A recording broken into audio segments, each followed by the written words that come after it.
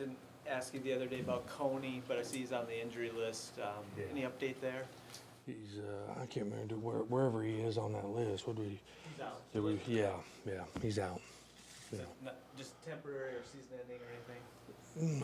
I don't know, so we'll just see. Each week we'll update it. You know what I'm saying? I mean, if it was season injury, I'd tell you, but it's nothing like that. But he's out this week. Tracy, what kind of a timeline is Lincoln on, and your other players that are out too? Are there any you can identify there that you would expect back? I mean, him and Rashad are still, they have the same injury, so it's, in the 3-week range probably. Going back to without Coney, what sort of things do you need to see from guys behind Antonio and Jalen and those? It's, Alonzo will play well, and so I still think we're fine there. We got enough depth, and obviously we can't handle any other, injuries right now. In the secondary, we're about as thin as we can be, and without getting to problems. Given where you're at there, is Keandre a possibility, or are you really hoping to redshirt him at this point? That's a good question. We talk about it. Obviously, he'll practice all week long and stay down with the defense, and we'll make that decision before this week. And if we don't play him this week, we would like to redshirt him. Tracy, is there always some kind of curiosity when you take your team on the road for the first time, especially in a big environment like that? Yeah, we played, most of the kids that are going to play have played in some pretty good stadiums, but I do the first time, I worry about the sound with offense and, on the snap. And sometimes the center will get the snap off, but the guards and tackles be like popcorn, when they get out of their stances and you can't get anything done. So I'm glad we have a great sound system, and the offense will spend a lot of time this week with that crowd noise and things like that blaring. So that's my biggest concern of going on the road, right? Defensively, it's not a problem, and defensively, most of the crowds are quiet on the road when you're playing on defense. So it's whether you get a roar at the end or something else, and defensively. But I worry about the offense and the timing of it with the noise. Could there be fewer checks at the line of scrimmage given the crowd noise? I suppose there could be. Do you anticipate that, or? No, we're going to try to run our offense, try to run our offense. Trace, you've been part of some huge wins here, Nebraska twice, Michigan. Coming so close to Michigan last year, just since you've taken over as head coach, do you see this as an opportunity to get one of those quote-unquote signature wins at Penn State? I mean, it's hard to win on the road. I mean, so anytime you win on the road in the conference, I think that you're getting ahead of people, but it's not easy to be done, and we're going to have to play well. And I think they're a lot better football team than they showed at Michigan. I mean, our first year when we went into Michigan, it was over by the first quarter. I was ready to go home. I can't remember. I think they scored 35 points in the first quarter or something like that. Sometimes things snowball on you in that, and I don't think any team deserves to be judged by one day and one game. And they have a tremendously talented tailback, and they spread the field on you and create problems. So I think they're a lot better team than they showed last week, and we will have to play awfully well in order to win on the road. But I like anything, the game, what happened last week or whatever, I don't think it ever has any bearing. It's the team that shows up prepared the best and plays the hardest. We'll usually have that opportunity to win. Tracy, have you made some decisions on red shirts? Who you're going to redshirt? How many you're going to redshirt? We will after this game. Okay. Yeah, we get through this game and through practice, and usually if you don't play them by the first conference game, we try to redshirt them. Well, it's all the tackles for losses. That just kind of a sign of how you're playing up front with your line. Yeah, Steve's played well. Especially against Colorado State.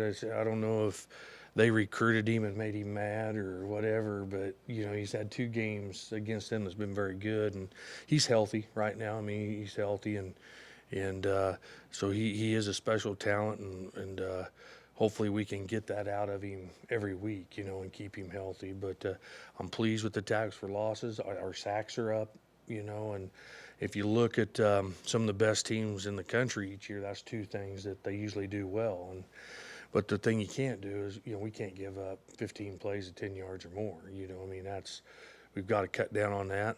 And a lot of that has been the tailback that has hurt us. And that's my concern this week is we're going against one of the better ones in the country. And he can run inside, he can run outside, screens, his catching ability.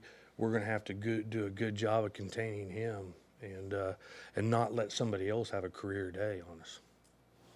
And you've seen Mitch's progressions in the pocket from going 1 to 2 to 3.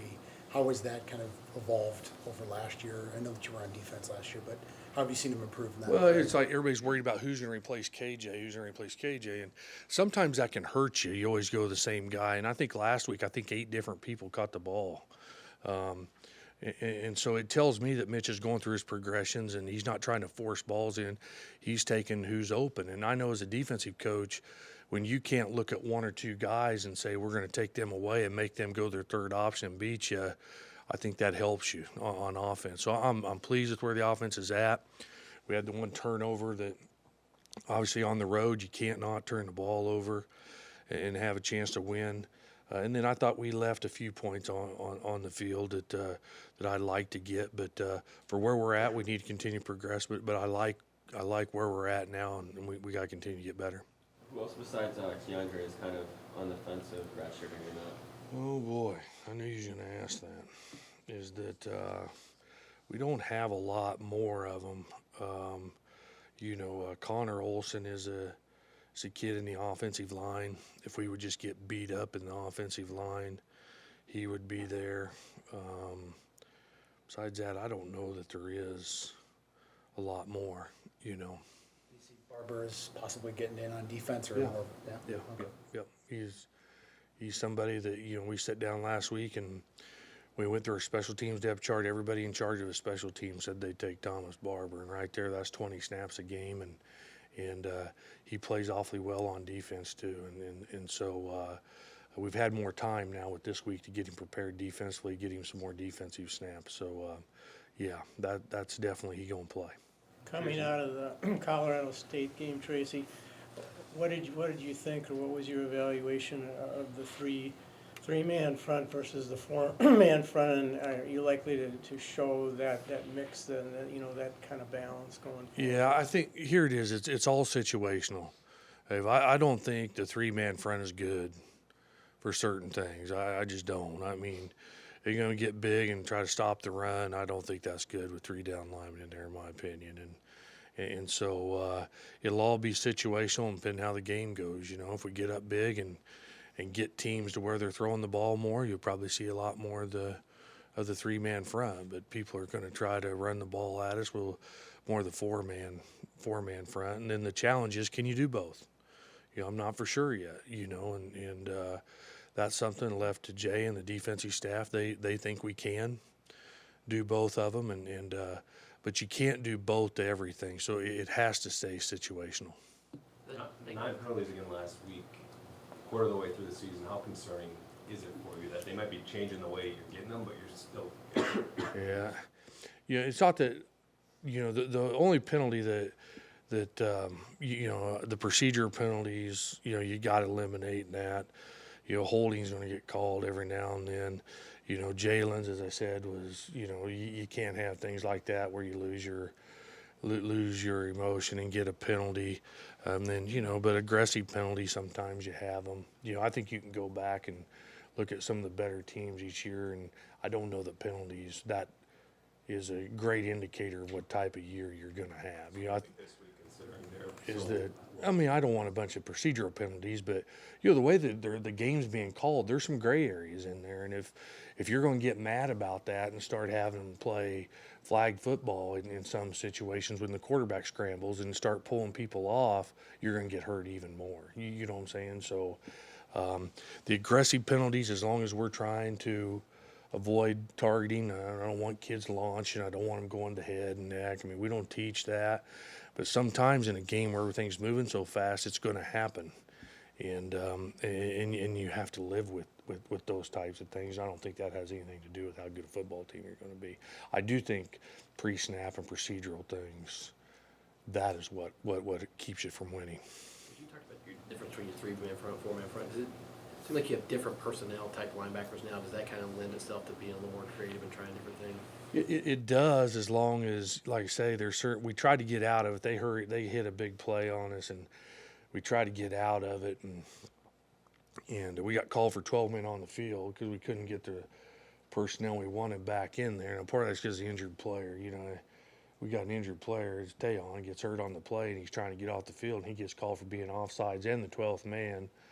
But there's not a lot of player safety when it comes to defensive kids. You know what I'm saying? That's not in the books, and so you learn to live with that, and you tell our defensive kids that happens, you just got to go down. I mean, you got to stay on the field and make them stop the clock, so I thought that could have been handled a little bit differently, but now we know, and so like I say, that's the thing I worry about. We get in it, and all of a sudden we can't get out of it because of the no huddle stuff and things like that. But I do think situationally and the way we're built, it takes some reps off of the D linemen. So when you play against the bigger teams that are going to try to pound the ball, hopefully those guys are fresher and you don't have as many reps on them. Coach, do you see an added motivation or added element facing off against Matt Linegrover this week? No, not at all. Kids play. Kids play the game and determine the game, and so, nope, I don't know. Tayon, the ankle. Yeah, yes, sir. Was he cut on that play, or was the attempt to cut him? Or? Yeah, attempted to. So he's got to learn to protect himself. He's going to see that a little bit more with how good an athlete. He's got to know when he's going against an O-lineman and when the back's coming to block him, and he's got to understand the difference. It is part of growing up, Tracy, I know you can control what you can control as a head coach, but do you get a sense that your fans are sort of taking a wait-and-see approach a little bit this year based on the attendance so far in the stadium? I mean, this seems like a big opportunity these next couple weeks. I don't think the attendance would be any different if we played a top 5 team like we did TCU. I mean, that's my opinion, you know what I'm saying? And I've said it before that the increase with the ticket thing made it extremely difficult on people. And Mark has taken some things to do that, but there's no, I've said before, you can try all the gimmicks, you can do all you want. The only way to improve the attendance, you got to win. So yeah, I mean, that's part of it. And I understand that. Winning, we win, more attendance comes, we don't. Less attendance, I get fired. I mean, it's pretty cut and dry. You guys have one or two more for Coach?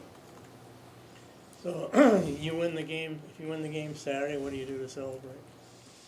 Get on the plane and get back here as soon as possible. That's for sure. I enjoy on Saturday. I think Coach said he liked ice cream or whatever. I like to get back and enjoy a little TV and a little pizza, and I like to watch other college games. I mean, I really do, especially from other conferences. I get to watch the Big Ten games all year, on Sundays and with the video and that. And so I like to be a fan of the game. I truly love college football, and I don't try to figure out what people are doing or anything. I just sit back and watch the games and enjoy watching the games. So that's why the night games I'm not a big fan of, and that is I don't get an opportunity to do that each week. So you'd wait till Sunday to get ready for Iowa? And then, I always do, believe it or not, is that Saturdays, I think that after the game, I'm already shot, there's a midnight rule there. You enjoy, that game, or you stay disappointed and till midnight. But when you get up the next morning, it don't matter whether you win or lose. It's, that damn sun's came up every time, and you go back to the office and you get going towards the next game.